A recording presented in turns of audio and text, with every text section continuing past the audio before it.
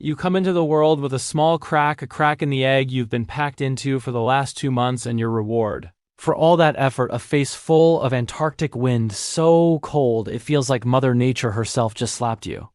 Forget warmth or soft cuddles. This is the Antarctic, where your first big life lesson is get used to it. Your dad's been sitting on your egg for weeks now. No food, no Netflix. Just standing there keeping you warm while occasionally staring into the void, questioning his life choices. But let's not romanticize it. You're basically a foot warmer he has been dragging around while braving gusts that could probably knock over a truck.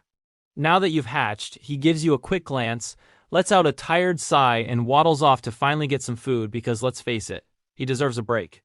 And you're on your own now. Welcome to life as an emperor penguin chick.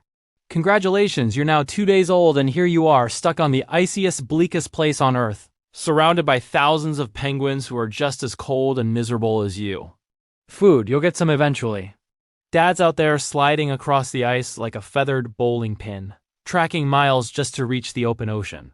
Once he gets there, he'll dive into water so cold it would make most creatures faint, all to bring back some pre-chewed fish for you. Meanwhile, you're stuck here doing your best impression of a fluffy snowball in a never-ending blizzard. Luckily, you're not entirely alone. You've got your fellow chick pals to keep you company. Sure, they're just as clueless as you, but at least you can huddle together for warmth. A few weeks in, you've learned that the huddle isn't just about warmth, it's about survival. Stray too far from the group, and you'll quickly find out that skuas, those giant menacing seabirds, have a thing for baby penguin snacks. Let's just say you're not eager to end up as lunch, so you stay close and waddle awkwardly to keep up. Inside the huddle, things are fine. Sure, it's warm, but it's also cramped, loud, and smells like a penguin convention after taco night. The adults take turns rotating positions so everyone gets a chance in the warm center, which sounds nice until you realize the middle is also where you most likely to get pooped on. Small price to pay for not freezing to death, I guess. Just when you think you can't handle another minute of shivering, Dad finally returns, and guess what? He's brought food. Granted, it's partially digested fish that he spits directly into your beak. But hey, it's better than nothing. You slurp it up like it's a 5-star meal because, let's face it, you're starving. Of course, as soon as you're starting to feel full, Dad's off again to fetch more. The cycle repeats, waiting, eating, and trying not to freeze. Over time, you start to grow and your fluff thickens. You're waddling more confidently now, but the storms are still relentless. One wrong gust of wind, and you could find yourself sliding across the ice like a hockey puck. Fun for spectators, not so much for you. Now that you're a few weeks old, it's time to start testing your balance, or at least trying to walk without immediately face-planting. Walking on ice is tricky when you've got feet that are way too big for your body, but hey, you're a penguin, awkward waddling is kind of your thing. The cold is still unbearable, but you're getting used to it. This is your life now, endless snow, biting wind, and absolutely no chance of a warm beach vacation. But at least you're getting better at moving without falling over. Small wins. By summer, it's time to take the plunge, literally. You're leaving the colony and heading to the ocean for the first time. This is your big moment, a chance to prove you've got what it takes to survive. But as soon as you hit the water, reality smacks you in the face. It's freezing, like brain-numbingly cold. And as if that wasn't bad enough, there are leopard seals lurking beneath the surface waiting to make a snack out of you. The good news, you're a natural swimmer. Your flippers, which made walking a nightmare, turn you into a sleek, speedy little torpedo underwater. The bad news, leopard seals are faster. Out here, it's eat or be eaten, and you've got no intention of becoming someone else's lunch. After a few months of dodging predators and chasing fish, you're starting to feel like you've got this whole penguin thing figured out. Well, sort of. You're no longer the clueless fluffball you used to be, but you're not exactly a seasoned pro either. You're in that awkward teenage phase of life, just big enough to handle yourself but still dumb enough to make some bad decisions. Life at sea isn't exactly relaxing.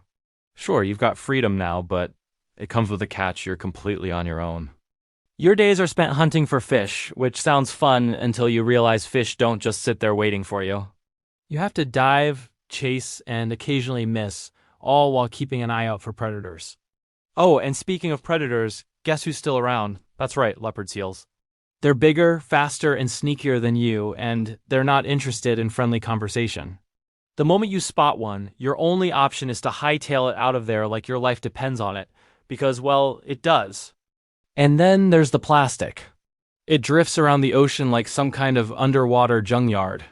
A plastic bag floats by, and for a second you think it might be food.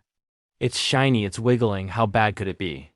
But no, something deep in your penguin brain tells you to stay away, and honestly you should listen. One bite of that stuff and you'll be regretting it long after it gets stuck in your stomach. Survival is hard enough without adding human trash to the mix. Loneliness, yeah, that's a thing too. You spend months swimming solo, only occasionally bumping into other juvenile penguins. And when you do, it's not exactly a heartfelt reunion. They're too busy trying to catch fish or avoid becoming seal snacks to stop and chat. But hey, at least you're still alive out here. That's an accomplishment all by itself.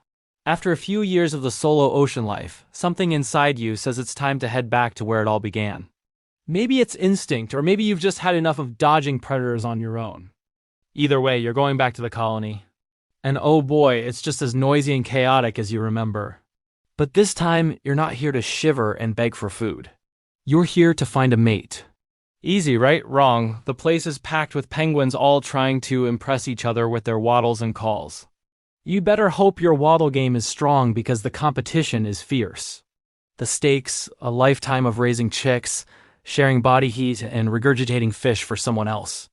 Romantic. Eventually you find a match, someone who tolerates your awkwardness and agrees to partner up. Together you take on the next big challenge, raising a chick. Your first job is to take turns guarding the egg, which means standing there for weeks, keeping it warm and trying not to lose your mind. You think back to your dad doing the same thing all those years ago, and finally get why he always looked so tired. As an adult emperor penguin, you've reached the top of the Antarctic food chain, which sounds impressive until you realize that just means you're less likely to get eaten than most things. You've seen it all, the storms, the predators, the endless hunger, and somehow you've survived. But don't get too comfortable. Time has a funny way of slowing you down. Your flippers, once powerful and fast, feel a little heavier these days. Hunting takes more effort, and you're not as sharp as you used to be. The cold seems colder, and even your trusty waddle isn't as reliable. One day, as you dive for fish, you spot a leopard seal. It's a familiar dance. You've done this 100 times before, but this time something feels different. You're just a little too slow. Maybe you make it out alive, or maybe you don't. Either way, you know you're not invincible anymore. Life as an emperor penguin doesn't end with a big dramatic moment. Most don't die in some epic battle with a predator. They just get old, slow, and tired. One day the ice or the ocean takes them back and the cycle starts all over again.